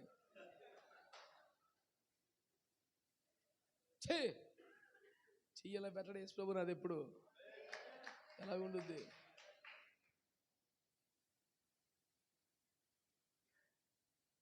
చర్చి కడుతున్నాడు, అక్కడ డబ్బులు లేవు, ఎక్కడ పనులు అక్కడ ఆగిపోతున్నాయి, ఇబ్బంది వచ్చే పరిస్థితి వచ్చింది.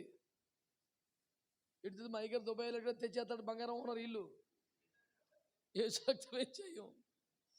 బంగారం లాంటి మాటలు చెప్తే జాగ్రత్తగా వెళ్ళిపోమన్నాడు, వచ్చేసాను.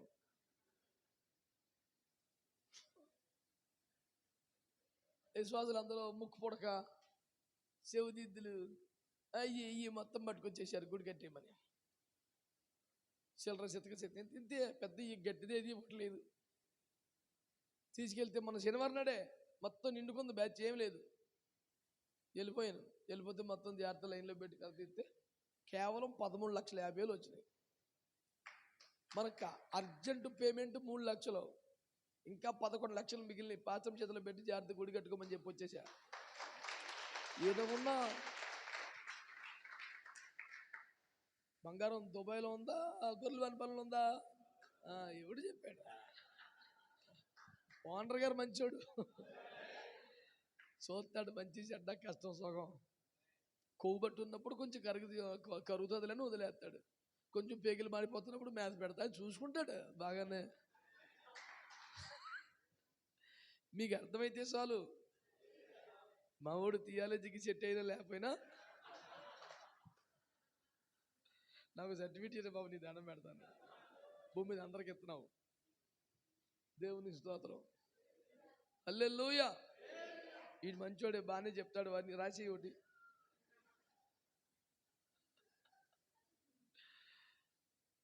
ఆదికాండం 18:4 చూసింది అదేనా? అదేసి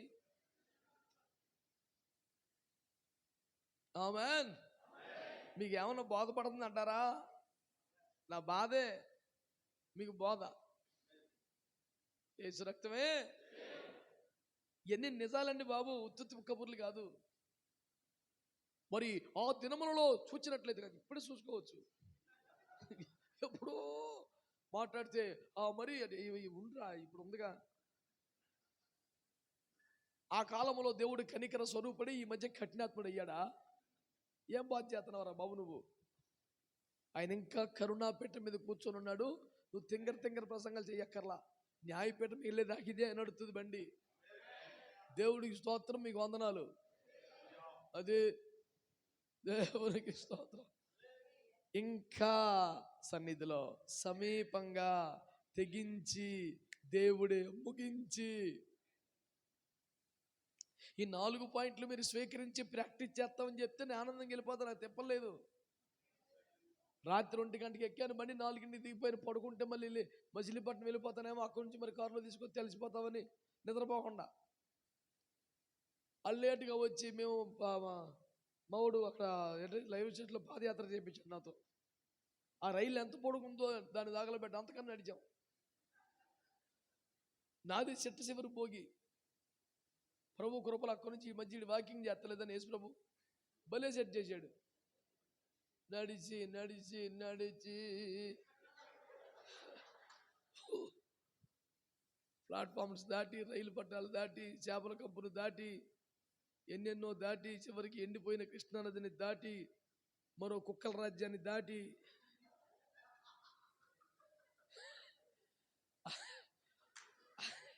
ఆశ్రయపురాన్ని చేరాం. చేరేపాటి కారు దాటిపోయింది. ఇశ్రాయేలు యాత్రకి ఎన్ని ఆటంకాలకు ఉన్నావు? సముద్రం కానుంచి, యోర్దాను నది కానుంచి, ఎరికో కానుంచి అన్ని తిప్పలే మాకు. దాటితే 9:30కి స్టార్ట్ చేస్తారు కదా, అన్ని 9:20కి ఫోన్ చేసి అన్నగారు అప్పుడే స్టార్ట్ చేశారు. దేవుని స్తోత్రం. 9 అలాగే ఉండాల. దెబ్బకి తయారైపోయింది. దేవుని స్తోత్రం. నువ్వు తెల్లవారు నిద్ర లేకుండా ఉన్నావు కదన్నా, అలసిపోయి ఉన్నావు కదా, కొంచెం మెల్లిగా రా, పర్లేదన్నా. ఇంకలే తయారైపోయినా, ఇంకేం ప్యానం ఆగదాక. దేవునికి స్తోత్రం. జన్ కుదురుకుండే ఉన్నాం. దేవుని స్తోత్రం. హల్లెలూయా. అందుచేత ఈ 4 మీరు అంగీకరించారా? ₹1,00,00,000 పాయింట్, 1 కోటి, 4-5 పాయింట్లు చెప్తాను, వెళ్ళిపోదాం. వివరించండి, మీరేం బెంగెట్టుకోకండి. నా మెయిన్ ఈ 4. అమ్మా ఇంకా 4 ఉన్నాయా అనుకున్నట్టుగా నిట్టూర్పుల విడవకము అట్లా చెప్తానంతే, వివరించడానికి నా గుండె నన్ను బోల్డ్ భారం ఉంది, బాధ ఉంది, దుఃఖం ఉంది. చెప్పుకోవాలంటే తెమలది అదేమి. ఇక మీరు ఇంకా నన్ను నిజమేలా నన్ను ఇంకా రాబాకలే అయ్యేకి మొన్న భువనగిరిలో అప్పగించావుగా, మేము చేసుకుంటాంలే అన్నా అంటారు. ఇక అందుకే అవన్నీ చెప్పకుండా సింపుల్గా తెగొడతాను. ఆయనకి కార్యం సఫలం అయిపోయింది, అయినా ఇంకనూ నిలిచి ఉన్నాడు. మన పని అయిపోయినా, మనం దీవించబడిపోయినా, మనకి కార్యాలు జరిగినా ఇంకా ఎందుకు ప్రార్థనలో గడపాలి, ఇంకా ఎందుకు విజ్ఞాపనలో ఉండాలి అంటే, మనం దీవించబడ్డాం కానీ ₹1,00,00,000 పెట్టుకో మైండ్లో. మనం దీవించబడ్డాం కానీ మన దర్శనం నెరవేరలేదు. నీకు ఇది అర్థమైతే దరిద్రానికి 100 కోట్లు. మనము దీవించబడ్డాము కానీ మన దర్శనం ఇంకా నెరవేరలేదు. అందుకే విజ్ఞాపనలో, ప్రార్థనలో మూలుగులేడాలి. ఇంతలా రాసుకో గోడ మీద నీ రూములో, నేను దీవించబడ్డ మాట నిజం, నా దర్శనం ఇంకా నెరవేరలేనది కూడా ఇంకా నిజం. అందుకే మూలుగుతున్నాను, అందుకే ప్రసవేదన పడుతున్నాను, అందుకే ఉపవాసాలు ఉంటున్నాను, అందుకే జాగరణాలు చేస్తున్నాను, అందుకే అంగళ్ళార్పు విద్యను అభ్యసిస్తున్నాను, రోదన చేయటకు అభ్యాసం చేస్తున్నాను. కారణం నా దర్శనం ఇంకా, my vision at to be fulfilled. ఇందులోనే ₹1,00,00,000 పాయింట్ ఉంది. ఏంటి తెలిసిన? నేను దీవించబడుట నా దర్శనం కాదు. చాలా కాస్ట్లీ పాయింట్ అది. నిన్న ఒక అయ్యగారు నా దగ్గరికి వచ్చాడు, విశాఖపట్నం. మంచి యవనప్రాయంలో నా బిడ్డ చనిపోయింది చర్చిలో. చాలా మంచి నమ్మకమైన కుటుంబం. దాని చిన్న పిల్లలు 12 సంవత్సరాలుగా నమ్మకంగా దేవుని సన్నిధిలో ఉన్నారు. చుట్టూ అన్ని జనులు. అయినా ప్రతి వారం గాజువాక అవతల గుడివాడ పన్నకొల నుంచి వస్తారు. దగ్గర ఈజీకి ఒక 18-17 కిలోమీటర్లు వస్తుంది. చాలా ప్రయాసపడి ఈ మధ్య బండి కొనుక్కున్నారు కానీ ఆటోలు కట్టించుకొని వారానికి 700 రూపాయలు పెట్టుకుని నాన్న బాధలు పడి వచ్చేవాళ్ళు తెచ్చి. ఇప్పుడు పేషెంట్ కాదు, జబ్బు లేదు, రోగం లేదు, మంచి ఆరోగ్యవంతురాలు. పొద్దున్న 5 గంటలకి నాకు చెస్ట్లో పెయిన్ వస్తుంది, హాస్పిటల్ తీసుకెళ్ళమంటే తీసుకెళ్తూ ఇంజెక్షన్ చేశారు, రిలీఫ్ వచ్చింది, ఇంటికి వచ్చేసింది. మళ్ళీ గంటకి మళ్ళీ పెయిన్ వస్తుంటే మళ్ళీ తీసుకెళ్లారు, మళ్ళీ తీసుకెళ్ళి డాక్టర్ గారు అవునా మళ్ళీ వస్తుందా అని చెప్పేసి మళ్ళీ ఇంజెక్షన్లు చేశాడు. కాసేపు నాకు కళ్ళు కనపడతలేదు, అంత చీకట్లు కమ్ముతున్నాయి, కజలు చచ్చిపోయింది. ఈ భయంకరమైన షాకింగ్లో సంఘమంతా కుటుంబంతా అల్లాడిపోతున్న సమయంలో నేను సోమవారం జ్ఞాపకార్థ కుట్టి నిర్వహిస్తే 20 ఏళ్ల క్రితం నేను పరిచయం చేసి కన్నీరు గార్చి బలపరిచిన ఒక సేవకుడు వచ్చాడు. అన్నయ్య ఇట్లా జరిగిందని తెలిసి వచ్చాను అన్నయ్య, మిమ్మల్ని చూసుకోవడం చాలా కాలం అయింది. పెళ్ళైన కొత్తలో 1-2 సార్లు తెలుసు పాస్టమ్మకి అంతే. విశ్వాసులు అందరూ ఉండగా,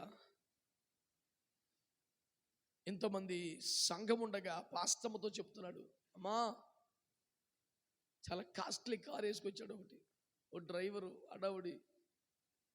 ఈరోజు ఇలా ఉండమంటే తలుపులున్న గడియ పట్టని ఒక విచిత్రమైన పగిలిపోయిన తలుపుల ఇల్లు. అన్నకి మేము టాయిలెట్ ఉన్న ఫెసిలిటీ ఇవ్వలేకపోయాం. తెల్లవారుజాము లేచి అడవిలోకి పోయేవాడు అన్న, మాకు బాత్రూములు లేవు. ఆ టైంలో మా కోసం కన్నీరు గార్చి, మాకు అన్నం ఉంటే చాలు అనుకుంటుంటే, నీ సేవకుడికి ఒక ఫ్రిడ్జ్ ఇవ్వు ప్రభా, ఒక మంచం ఇవ్వు ప్రభా, 10 మంది దైవజనులు వచ్చిపోతున్నారు బాగోదు అని ప్రార్థన చేశాడు అన్న.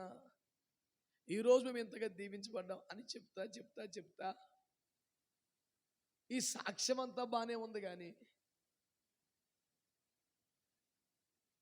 ఒక మాట అన్నాడు, మా చుట్టుపక్కల ఎవరికి కష్టం వచ్చినా నేనే ఆదుకుంటా. నెలకి 30-35 మంది పాస్టర్లకి సహాయం ఇస్తున్నాను ఆర్థికంగా, ఇంతమందిని పోషిస్తున్నాను. ఎక్కడ వరదలు వచ్చినా, యాక్సిడెంట్లు అయినా, ఇబ్బందులు వచ్చినా ఆర్థిక సహాయం నేనే చేస్తాను. ఇంతకన్నా ఇంకేం కావాలి నాకు అన్నాడు. ఇప్పుడు దాకా చెప్పిన సాక్ష్యం అంతా నాశనం అయిపోయింది. ఒక్కసారిగా నేను మా పాస్టర్ మొక్కలు చూసుకున్నాను, ఇదేంది, ఇంకేం కావాలన్నా నాకు ఎంతకన్నా దేవుడు ఎంత ఆశీర్వదించాడు. ఆనందపడ్డాం. అప్పుడు దాకా ఒక్కసారిగా విషాదం అయిపోయింది. ఒరే ఇడేందిరా. ఆర్థిక పరమైన ఆశీర్వాదము పొందినప్పుడు ఇంకేం కావాలి, చాలు అనిపించిందా అంటే ఆత్మలో ఎదగటం లేదని అర్థం.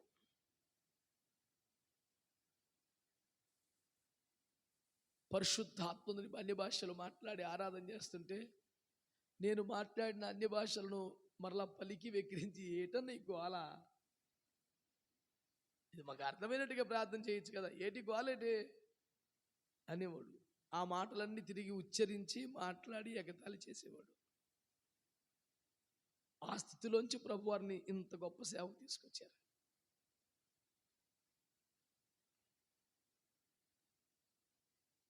ఆ ప్రాంతంలో ఇచ్చిన బాప్తిస్మాల్లో 100 బాప్తిస్మాలు ఆయన చర్చిలో ఇచ్చి ఉంటాను, కొడుకు బిడ్డతో సహా. 2002 నుంచి మళ్ళీ ఆ ప్రాంతాలకు పెద్దగా వెళ్ళలేదు నేను. మీ కన్నీరు, మీ కష్టం, మీ పరిచర్య వల్ల మేము దీవించబడ్డాం అంటున్న బాగానే ఉంది, కానీ దీవించబడ్డాం కనుక మాకు ఇక చాలు, ఇంకేం కావాలంటాం పోలేదు. ఎందుకంటే దీవించబడటమే అతని దర్శనమై ఉంటుంది, అందుకనే సాటిస్ఫై అయ్యాడు. దీవించబడటం మన దర్శనం కాదు, మనము ఇతరులకు దీవెనగా మారడం మన దర్శనం. మనం దీవించబడటం ఏముంది కదా, నేను నిన్ను ఆశీర్వదించేదను, నిన్ను ఒక ఆశీర్వాదముగా చేయుదును. అది కదా ఆశీర్వాదంలో పరాకాష్ట. నాకు ఇంకేం కావాలంటే ఇది చాలా, అయ్యో. మనము దీవించబడిన తర్వాత కూడా ఎందుకు ప్రార్థనలో కనిపెట్టాలంటే, మన గమ్యం అది కాదు గనక, మన గురి అది కాదు గనక. టపటపా 4 పాయింట్లు చెప్తాను అన్నగా మనసులో పెట్టుకోండి. 1, ఎర్ర సముద్రము పాయలగుట చిన్నదా పెద్దదా అద్భుతం. మాట్లాడాలి. ఎర్ర సముద్రం పాయలవటం చిన్నదా పెద్దదా?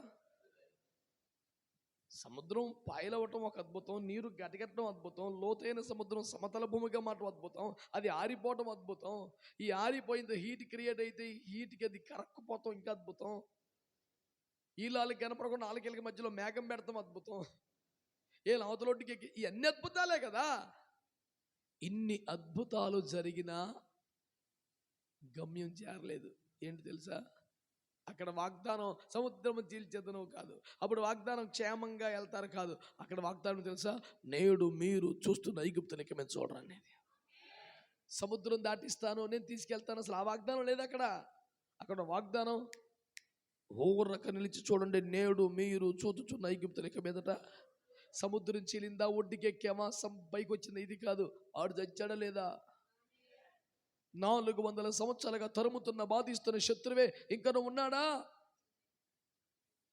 అలా అయితే సముద్రం చీలినా మన పని పూర్తి అవ్వలేదు. ఇంకా తరుముతున్న శత్రువు ఇక మనకు కనపడకూడదు.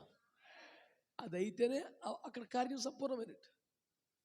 చాలే మనం బయటకు వచ్చాం, సముద్రం చీలింది, ఎన్ని చీలితే మనకి ఎందుకండి? ఇక్కడ ముందు ఆడు ఉన్నాడు, ఆడే మళ్ళీ యువతలకు వచ్చాక చీలి ఉపయోగం ఏముంది? మనం దాటి ఉపయోగం ఏముంది?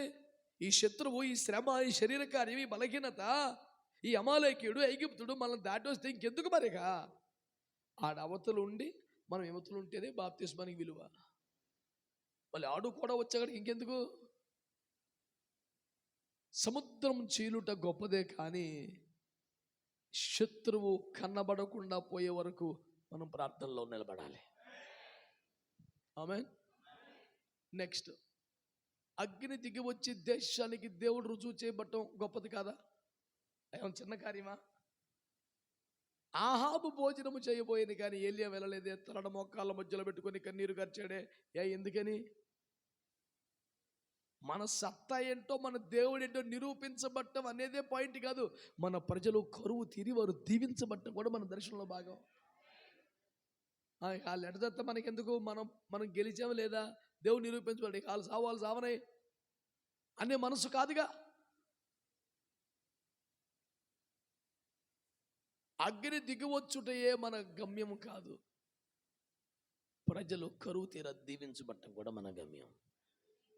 తర్వాత ఎండిన ఎముకల లోయలో గడగడమని ధ్వని పుట్టడం చిన్న కార్యమా? ఎముకల్లో బలం రావటం ఏంటి? ఎగిరొచ్చి దీని ఎముక దీని దగ్గర సెట్ చేసుకోవడం ఏంటి? కరెక్ట్గా పుర్రే వెన్నుపూస ఎన్ని నిలబడిపోవటం ఎక్కడిది ఇది? కానీ మన గమ్యం అది కాదు. ఆ ఎండిన ఎముకల లోయలో లెక్కింపలేని సైన్యము దేవుని కొరకు తయారు చేయగలిగితేనే మన గమ్యం చేరినట్టు.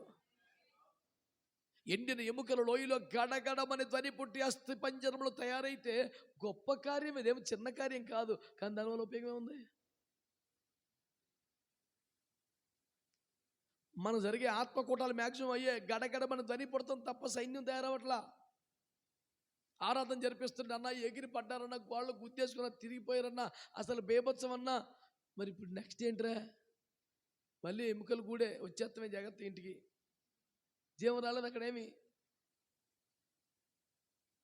సరైన సౌండ్ పెట్టి, ఎక్కువ పెట్టి, వాయిద్యాలు పెట్టి, చిత్త కొట్టి దొల్లించేయటం కదా విశ్వాసుల్ని. ఏ పాట పాడినా సిలువలో సాగింది యాత్ర పాడినా చివరిలో టెంపో పెంచి గుద్ది పారేయటమేగా. సిలువలో గోల మండి పోని బుద్ధి బాగా అలవాటు అయిపోయింది ఒక్కొక్కరికి. సౌండ్ పెట్టి కొట్టి కొట్టి కొట్టి కట్టో.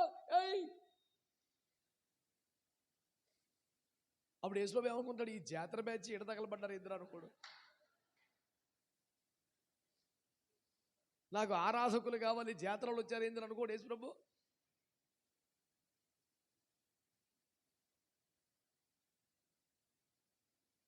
టెంపో పెంచడం కాదురా, ఇక్కడ భక్తి పెరగాల, ఆరాధన పెరగాల, కృతజ్ఞత పెరగాల. దేవుడికి స్తోత్రం, మీ అందరికి వందనాలు. హల్లెలూయా. సరే, ఒక నది బయలుదేరింది, చెరువుల్లో చేపలు పెంచింది, చచ్చిన మొక్కలను బతికించింది. సాల్దో, సముద్రపు నీరు, ఉప్పు నీరు, మంచినీరు కావాలి. ఫైనల్ డెస్టినేషన్ మీకు కనబడుతుందా? ప్రతి పాయింట్లో చివరికి అందరూ ఆత్మచేత నిండుకొనిన వారై ఆత్మ వారికి వాక్శక్తిని అనుగ్రహించిన కొలది అనే భాషలు మాట్లాడసాగిరి. కరెక్టే, మనం కూడా మాట్లాడాం.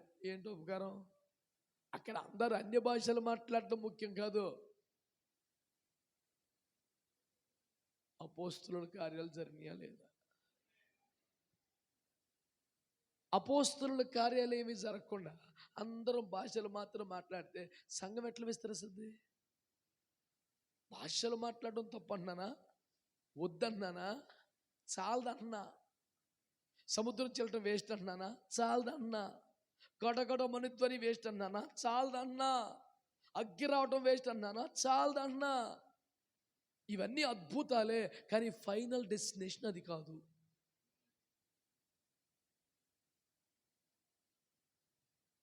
ఇప్పుడు మా జానాన్ని ఇక్కడ బయలుదేరి నెల్లూరు దాకా కొట్టుకుంటూ వెళ్ళిపోతాం. 140, 150, 140, 150. అసలు 160 టచ్ అయింది కాబట్టి బండి ఆపుకొని నీకు వెనక్కి తిరిగి వచ్చేస్తాడు గుంటూరు దాటాక. ఇప్పుడు 160 వెళ్ళామో 140 వెళ్ళాం కదా, ఊరికి వెళ్ళి ప్రార్థన పెట్టి రావద్దు. ఫైనల్ డెస్టినేషన్ ఏంటండి? ఇప్పుడు జరిగిన కార్యాలు ఉత్తి అంటలా మంచివే, కానీ అది కాదు అల్టిమేట్. ఇంకెదరుంది కదా, అది జరిగే వరకు మన తీర్మానం ఇంకను యెహోవా సన్నిధిని నిలిచి ఉందాం. ఇంకొంచెం సమీపంగా వెళ్దాం, అవసరమైతే ప్రాణాలకు తెగిద్దాం, దేవుడే ముగించే వరకు కనిపెడదాం. ఈ అనుభవాలతో దేవుడు మనల్ని దీవించును గాక. ప్రార్థన.